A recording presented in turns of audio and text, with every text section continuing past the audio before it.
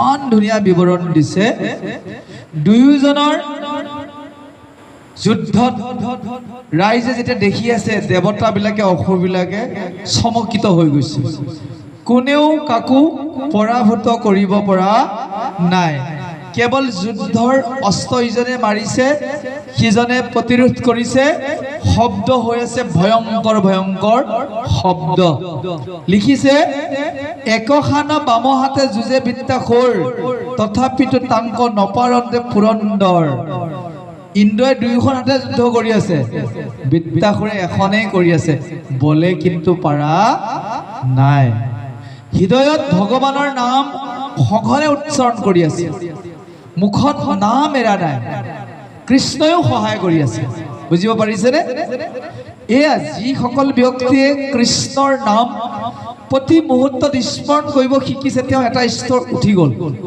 পাৰ হৈ গ'ল যি কামেই নহওক কৃষ্ণ শব্দটো জয় কৃষ্ণ শব্দটো আহিছে আৰু উপায় নাপায় শেষত ইন্দ্ৰয়ো আশীৰ্বাদ দিছে ভগৱানৰ নাম লৈ আছে যে হ'ব পাৰে তেওঁ শত্ৰু হ'লেও আকৌ তেওঁ ইষ্ট দেৱতা একেজনৰে নাম লৈ আছে এতিয়া দেখি থকা সুৰ অসুৰ সিদ্ধ নৰ মুনিসকলে ভাবিছে কি হ'ব দুজন ভক্ত কাৰ জয় কাৰ পৰাজয় কোনেও কিন্তু ধৰিব পৰা নাই কৈছে দুয়ো মহা প্ৰমত্ত পছন্দ যেন খান্দ কৰন্ত আন্দোল চন্দ কম্পে মহিখণ্ড দুয়োজনৰ সেই যুদ্ধৰ প্ৰকোপত মহিখণ্ড লৰি গৈছে ভূমিকম্প হৈ গৈছে দপদপনিত যুদ্ধৰ অস্ত্ৰৰ সেই ঠাং ঠঙলি শব্দত এনেকুৱা এটা হৈ আছে বিষদৃশ অৱস্থা য'ত নেকি প্ৰতিজন মানুহৰ বুকু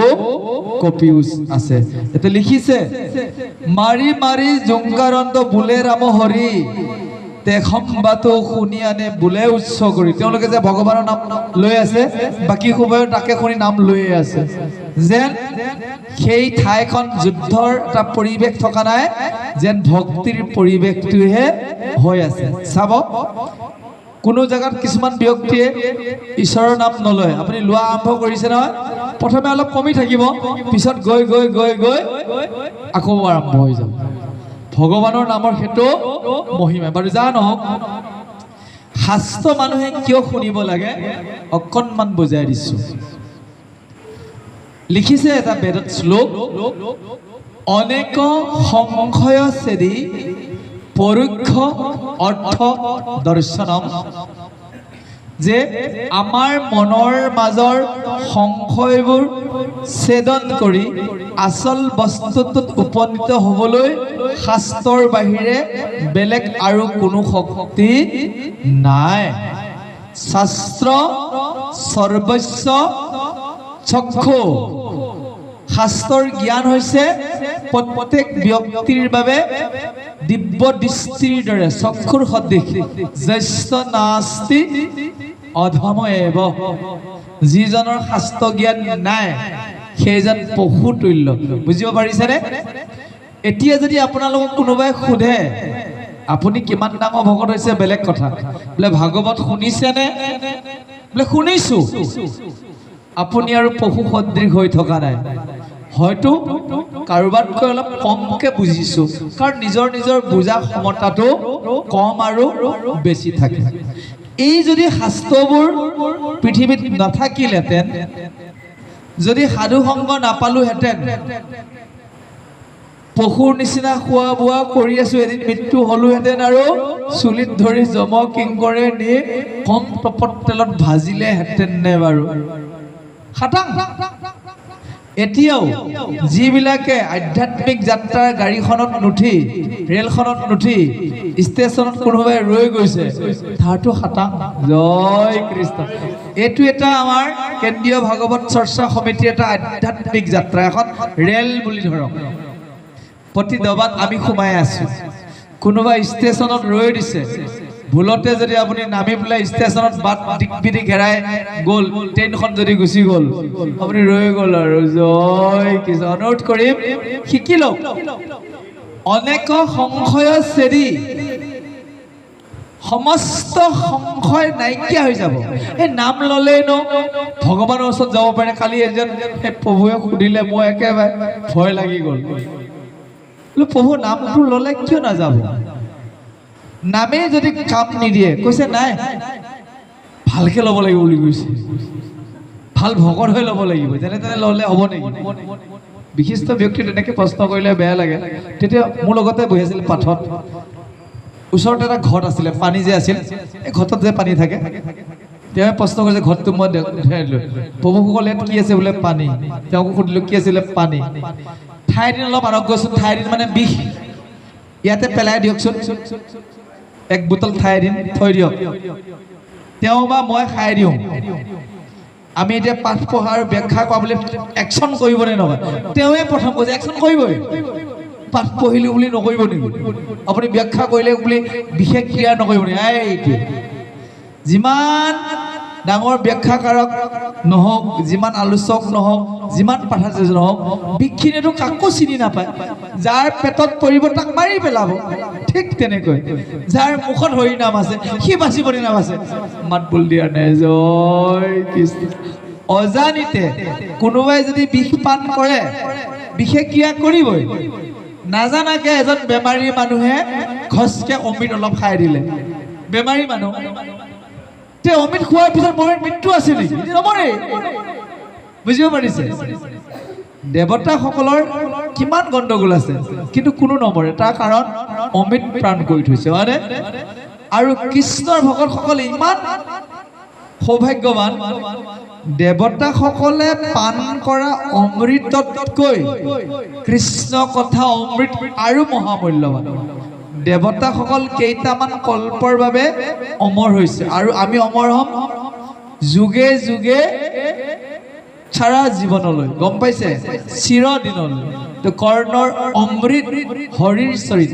এতিয়া যে দেৱাসুৰ অৰ্থাৎ দেৱতাৰ অসুৰৰ যুদ্ধ, বিত্তাসুৰৰ যুদ্ধ শুনিয়ে আছে এইকেইদিন, কিন্তু এইখিনি শুনোতেও আপোনাৰ ভক্তিৰ ভাণ্ডাৰত সি জমা হৈ আছে, জমা হৈ আছে। যিদিনাখন আপুনি বৈকুণ্ঠলৈ যাব, আপোনাক বিত্তাসুৰে ক'ব নহয়, বা মোৰ কথা কেইবাদিনো শুনিলা কা ৰাস মন্দিৰত, জয় কৃষ্ণ, নক'ব নেকি? ক'বই। বেলেগে দুদিনমান শুনাৰ পিছতে এলাহ কৰে। আপোনালোকক কিন্তু কেন্দ্ৰীয় ভাগৱত চৰ্চা সমিতি আইসকলক, প্ৰভুসকলক দেখিলোঁ দেই, ইমান দিন শুনিলে এলাহ আমনি নোহোৱাকৈ শুনিলে। বাপৰে বাপ, আপোনালোকক তাত আকৌ চেলুট মাৰিবগৈ। জয় কৃষ্ণ। কাৰণ বৈকুণ্ঠত থকাসকলে দিব্য দৃষ্টিৰে চাই আছে। পৰীক্ষিতৰ দৃষ্টিত আপোনালোক পৰি আছে। পৰীক্ষিতে যেনেকৈ ভাগৱত শুনিছিল, আপুনি যদি শুনিছে আপোনাক প্ৰশংসা কৰিব। যেতিয়া আমি ভাগৱত শুনো, বহুতে মোক কথা পাতি ডিষ্টাৰ্ব কৰে কাৰণেহে মই পৰাপক্ষত গাড়ীখনলৈ গুচি যাওঁ। মানুহজনে যিবোৰ কথা কৈ যায়, পিছত যদি মোক সোধে, তেওঁ কোৱা কথাখিনি অবিকল ফটোষ্টেট যথেষ্টখিনি ক'ব পাৰোঁ। গম পাইছেনে? শুনাৰ নিচিনা শুনা। আপোনালোকে যদি ভালদৰে শ্ৰৱণ কৰি আছে, পৰীক্ষিতে আপোনালোকক কিয় তাত সেৱা নধৰিব বাৰু কওকচোন? গামোচা এখন লৈ আহিব, ধূপ লৈ আহিব, নে সেৱা কৰিব। ঐ প্ৰভু, মোৰ নিচিনাই পাঠ কৰি আহিলা, সেৱা এটা ধৰিছে দেই বৈকুণ্ঠত। জয় কৃষ্ণ। বিত্তাসুৰে কি নক'ব নেকি? তেওঁৰে কথা আমি পঢ়িয়ে আছোঁ, শুনিয়ে আছোঁ, হয়নে? কিমান ধৈৰ্য, আজিও শেষ নহয়, ইয়াৰ পিছতো আৰু আছে। সেইসকল ব্যক্তি আপোনালোকে তেওঁলোকৰ দৃষ্টিত পৰি আছে। এই কথাটো সাধাৰণ মানুহে অনুভৱ কৰিব নোৱাৰিব। যে আমাৰ অনুভৱটো এনেকুৱা যে প্ৰতি মুহূৰ্ততে ভগৱানে আমাক লক্ষ্য কৰি আছে, আমি বেয়া কাম কৰিব নোৱাৰোঁ।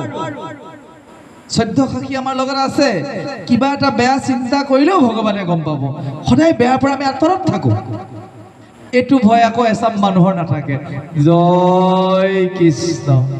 যা নহওক, অনুৰোধ কৰি অনুভৱী হ'বলৈ। আৰু শাস্ত্ৰবিলাক হৈছে দিব্য দৃষ্টিৰ এটা ভাণ্ডাৰ। বহি আছিল কুৰুক্ষেত্ৰ যুদ্ধৰ সময়ত হস্তিনাপুৰত সঞ্জয়, যুদ্ধখন দেখা পাই আহিছিল কিমান কিলোমিটাৰ দূৰত। আমি পৃথিৱীতে আছোঁ, বাৰুকটতে আছোঁ, মৰিগাঁৱতে আছোঁ, বৈকুণ্ঠত কি কি হৈ আছে সদায় যেন দেখাই পাই আছোঁ। জয় কৃষ্ণ। অনুভৱ পৰীক্ষিতে কি কৰি আছে, মহাপুৰুষ শংকৰে কি কৰি আছে, আমাক কেনেদৰে নিৰীক্ষণ কৰি আছে।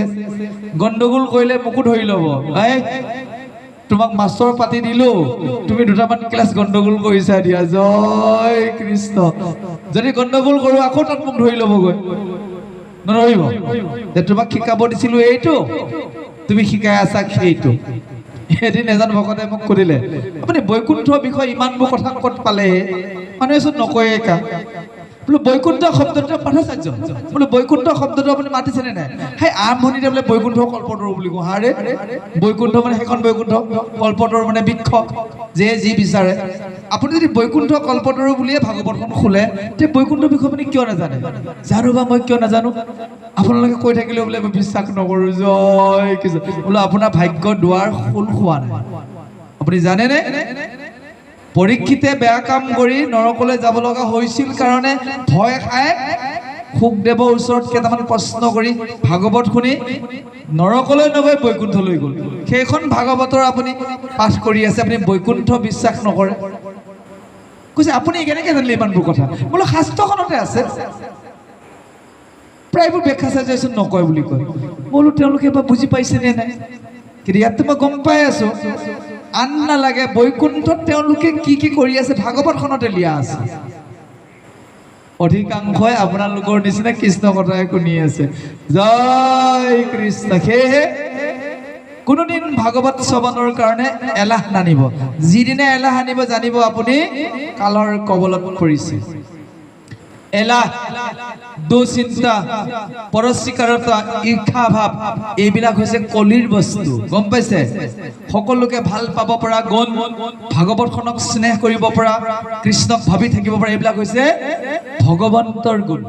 সেইবোৰ যদি আহিছে মানে গম পাই গ'ল, আপোনাৰ ঠাইটো আহি গ'ল। সেইকাৰণে কলিক প্ৰশ্ৰয় দিব নালাগে যে বিদ্যাসুৰে বাওঁ হাতখনেৰে যিটো যুদ্ধ কৰি আছে, দেৱতাবিলাকে ভাবিছে আজি বিত্তই জিনিব, দৈত্যসকলৰে জয়লাভ, আমাৰ দেৱতাবিলাকৰ আজি পতন নিশ্চিত। এখন হাতেৰে ইমান বিক্ৰম কৰি আছে। দৈত্যগণে সাধে জিনন্তুক বিদ্যাসুৰ, পুনৰূপী দেৱক কৰিব মুখী মোৰ। সমস্ত দৈত্যই এটাই প্ৰাৰ্থনা, যাতে আজি আমাৰ দৈত্যকুলে বাচি যায়, অৰ্থাৎ জিনি যায়। আৰু মহাবীৰ বৃত্তক ৰাসন্তুক ৰণচণ্ডী, মৰুক বাসৱ হবে দুখ যাওক সন্ধি।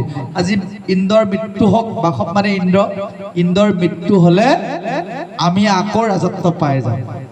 এইদৰে যুদ্ধ কৰি থাকোঁতে বাওঁ হাতে ইন্দ্ৰৰ কাৰণে পৰীখ নামৰ যিটো অস্ত্ৰ মাৰি দিলে, বাটতে কাটি দিলে অস্ত্ৰপাত।